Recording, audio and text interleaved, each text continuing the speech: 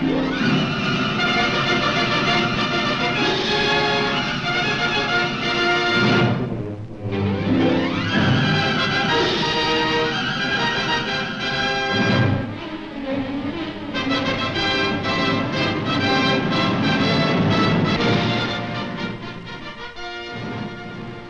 picture you are about to see was taken from Air Force Combat Film Digest. It tells the story of the vital contribution made by the Army Air Forces to victory in the Pacific. Since December 7th, 1941, the world has decreased in size and its shape has been considerably altered. This phenomena, which has brought disaster to our enemies, will remain as a lasting tribute to the skill of American aviation, its workers, and the personnel of the Army Air Forces. In less than 4 years, the distance around the world has been spanned thousands upon thousands of times.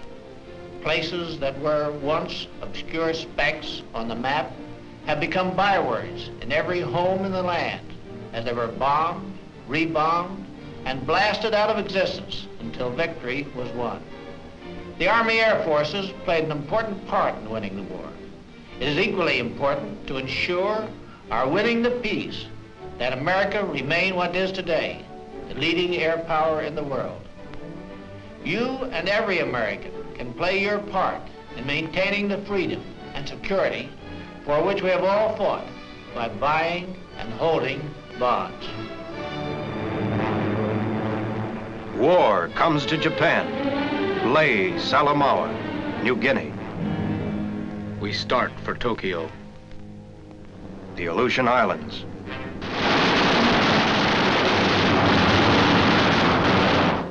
We start from another direction. China, where there was never enough of anything to fight with, except Japs.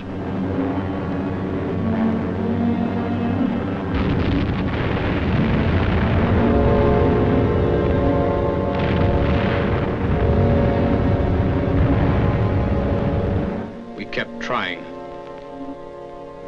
Just another one of 100 blobs of land to retake in the Pacific. White Island.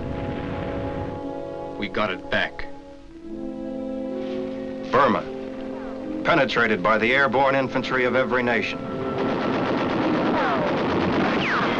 Practically nothing stopped us. On the road to the Philippines, Hollandia. Obscure names on the map of the world that were blasted out of existence.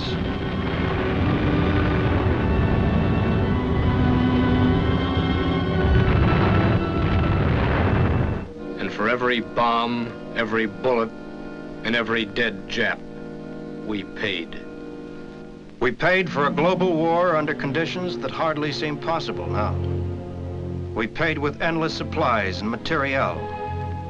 And our men fought and sweated and labored endlessly to advance the bomber line. That was the watchword in the Pacific.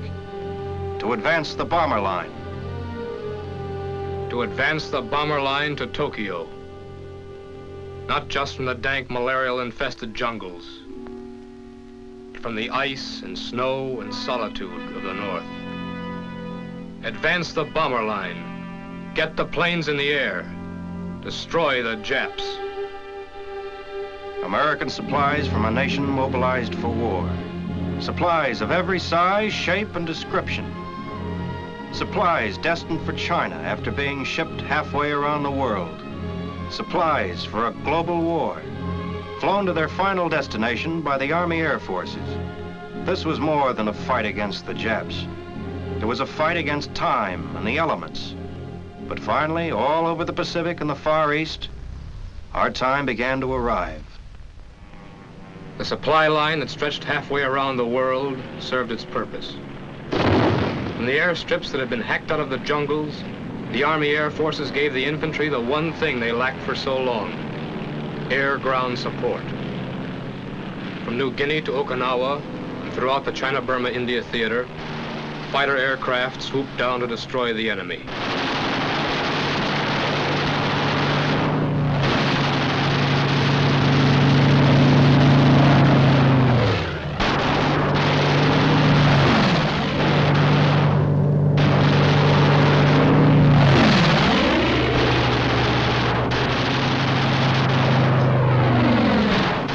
central Burma, 90 miles southwest of Mandalay, is just one example of the thousands of times that air-ground support catapulted our advances forward. In this instance, air power was used to clear the way for a push south to Rangoon and win that port for our own forces. P-47s in the 1st Air Commando Group were used to aid the British infantry to cross the Irrawaddy River and establish a beachhead.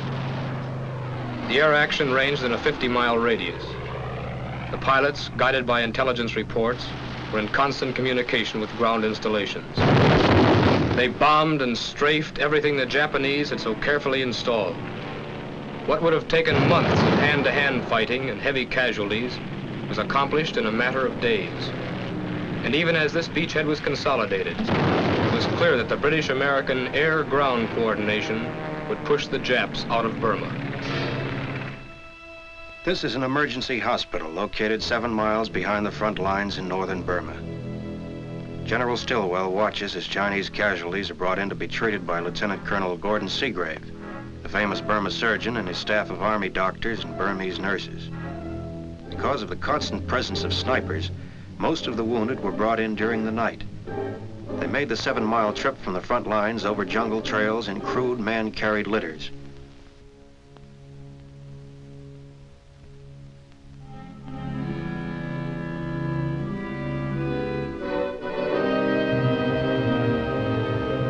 This base, like many others, was supplied with medical equipment and plasma by the Army Air Forces. The wounded men, after being treated, were carried an additional 14 miles to a landing strip where they were flown back to a general hospital at Lido, a trip that would take 15 days by foot. The Army Air Forces made it in 1 hour and saved the lives of countless soldiers of the United Nations who were patched, mended, and revivified by the combined miracles of modern medicine and air power. No sooner was a new base secured in the Pacific when the same relentless, monotonous tasks began all over again. At Saipan, supplies, equipment, engineers followed in the wake of the invasion forces to make the island operational for the Army Air Forces. Work began even while the freshly wounded men were still being evacuated to Kwajalein. Just a few short days ago, these men had left Kwajalein whole and ready for battle. Now they were going back to where they had started from. The victory at Saipan had been a costly one. But the enemy had been made to pay double. Once more, the potency of air power manifested itself. One of the strongest Jap bases in the Pacific had been reduced to rubble. The Japanese warlords knew now that soon no part of the homeland would be safe. Then began one of the miracle jobs of the Pacific, a job that had to be completed within hours of the time it was begun, to rebuild and lengthen the newly captured airstrip to accommodate the weapon that was eventually going to win the war. It's history now how the job was accomplished. And out of the vast stretches of the Pacific roared the mightiest bomber the Army Air Forces had ever dreamed about, the B-29 Super Fortress, with the dust of the Kansas plains still embedded in the shiny silver wings. This was the bomber that was designed to carry the war directly to Japan itself. The zenith of the long-range plans for victory in the Pacific was in sight.